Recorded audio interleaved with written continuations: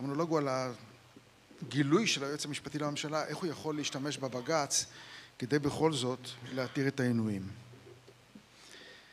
איזה מטומטמים, איזה פחדנים, איזה חסרי אחריות הם שופטי בג"ץ.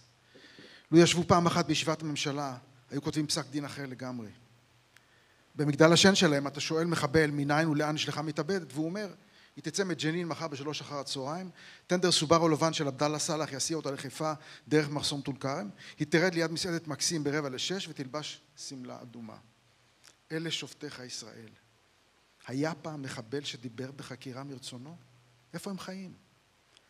נוח להם לכתוב, על פי המצב המשפטי הקיים, אין סמכות לממשלה או לראשי שירות הביטחון הכללי לקבוע הנחיות, כללים והיתרים באשר לשימוש באמצעים פיזיים במהלך חקירה של חשודים בפעילות חבלנית עוינת. לחוקר שב"כ, כמו לשוטר, אין סמכות לנקוט באמצעים פיזיים הפוגעים בחירותו של הנחקר במהלך החקירה הנדרשת להיות חקירה הוגנת וסבירה. ככה הם כיסו את התחת שלהם. ככה הם יכולים לצאת לכנסים באירופה ובאמריקה או לצקצק בלשונם ולומר ידינו נקיות. וכולם ימחאו להם כפיים ויזמינו אותם לשבתון בהרווארד או בייל. אבל אני חי כאן על האדמה הבוערת הזאת. מה אני משיב לראש השב"כ שאומר לי בישיבת ממשלה שבלי הפעלה של אמצעים פיזיים הם לא יסכלו פיגועים? וראש הממשלה אומר לי, אתה מוכרח לאפשר להם לחקור ביעילות, אחרת יהיו פיגועים בכל יום. ואני אצטרך להתפטר בראשת פנים. מטומטמים. אם חוקר נוקט באמצעים אלה, הוא חורג מסמכותו, ואחריותו תיבחן על פי הדין הכללי.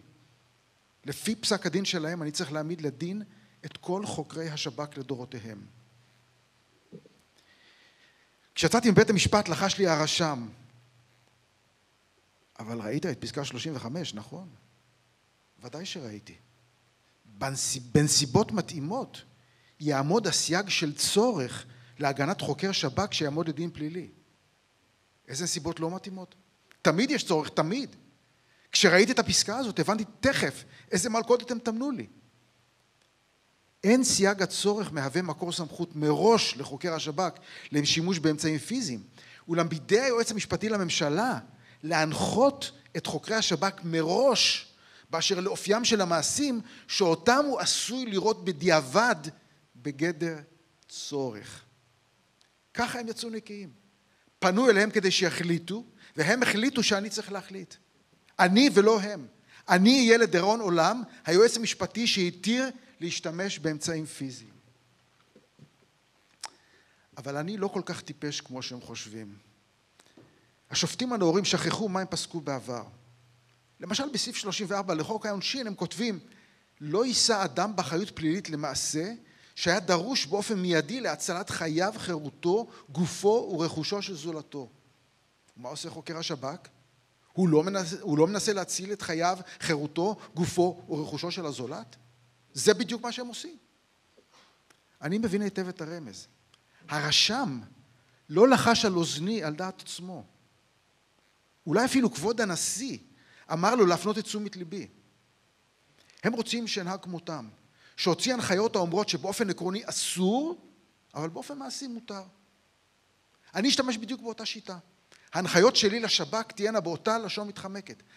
אסור בתכלית האיסור להשתמש באמצעים פיזיים, אבל במקרים יוצאי דופן מותר.